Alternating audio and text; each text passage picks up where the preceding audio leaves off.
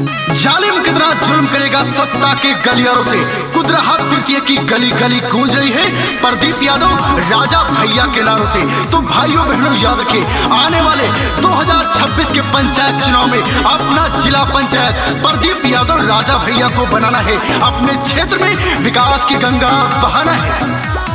गली गली में चर्चा जेकर नाम बा, करना समाज सेवा जेकर काम बा, सेवा जेकर काम बा। गली गली में चर्चा जेकर नाम बा, करना समाज सेवा जेकर काम बा। आन पे अपने जान लुटावे इनकारी है जिम्मेदारी है, जनहित में सूचना जारी है। प्रदीप यादव सब पे भारी है, जनहित में सूचना जारी है। राजा भैया सब पे भारी है।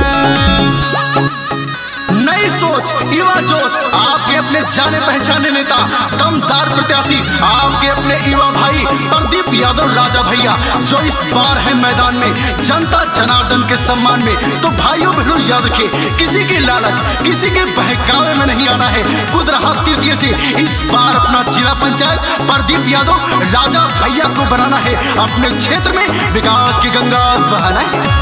नई सोच के साथ युवाएं जोश है, देख के जलवा इनका विरोधी बेहोश है, के जलवा इनका विरोधी बेहोश है। नई सोच के साथ युवाएं जोश है, देख के जलवा इनका विरोधी बेहोश है। अगल बगल चल जनता ये सारी, कर लिए मिलके तैयारी है, जनहित में सूचना जारी